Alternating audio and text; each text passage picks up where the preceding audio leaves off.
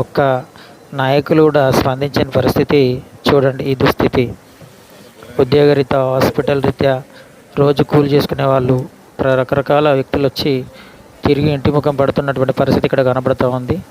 అయినా ఎవరు పట్టించుకునే నాదుడే కరువు అయినటువంటి సిచ్యువేషన్ ఇక్కడ కనిపిస్తూ ఉంది.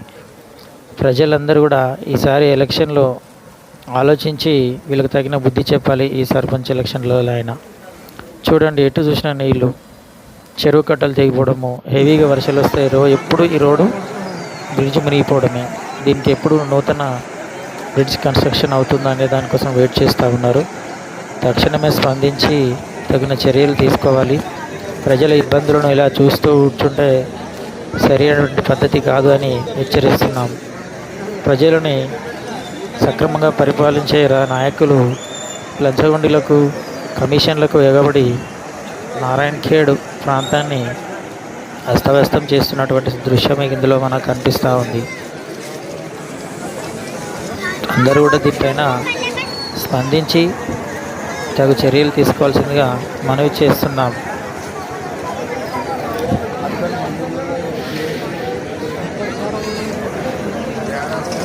అటువైపు నారాయణఖేడ్ వైపు, ఇటు మన్సుల్పూర్ శివారు జనాలు మొత్తం స్ట్రక్ అయిపోయారు. హాస్పిటల్కి వెళ్ళే పేషెంట్స్, రోజువారీ కూలి చేసుకునే వాళ్ళు, ఉద్యోగం అయితే వెళ్ళే వాళ్ళు, దాదాపు 3 మండలాల పాఠశాలలకు వెళ్ళే ఉపాధ్యాయులు ఎక్కడ వాళ్ళు అక్కడే ఇక్కడే ఉండిపోవడానికి పరిస్థితి ఏర్పడింది. దీనిపైన ప్రభుత్వం స్పందించాలి. ఇది మన్సుల్పూర్ గ్రామం వన్ సైడు నీళ్ళతో నిండిపోయింది. మొత్తం ఇళ్లలోకి నీళ్ళు వచ్చినాయి. పాములు, రకరకాల విషసర్పాలు ఇళ్ళకి వస్తాయని ప్రజలందరూ భయభ్రాంతులకు గురవుతున్నారు.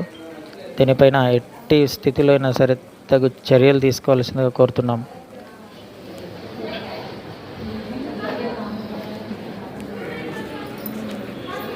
గత 100 సంవత్సరాల బ్రిడ్జ్ నుంచే ఇంకా ప్రయాణం చేయడం అనేది సరైన పద్ధతి కాదు. గత సంవత్సరంలో నూతన బ్రిడ్జ్ కన్స్ట్రక్షన్ నిర్మాణంకు అనుమతులు లభించినప్పటికీ ఇప్పుడు ఇంకా పనులు చేయకుండా ఉంచడానికి కారణం ఏంటి?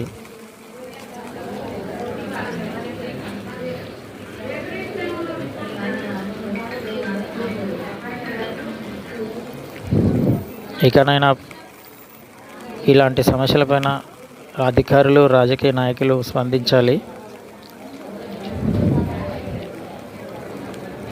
ప్రజల నిత్యావసర పరిస్థితులు కూడా పట్టించుకోకుండా ఉండడం సిగ్గుచేటు.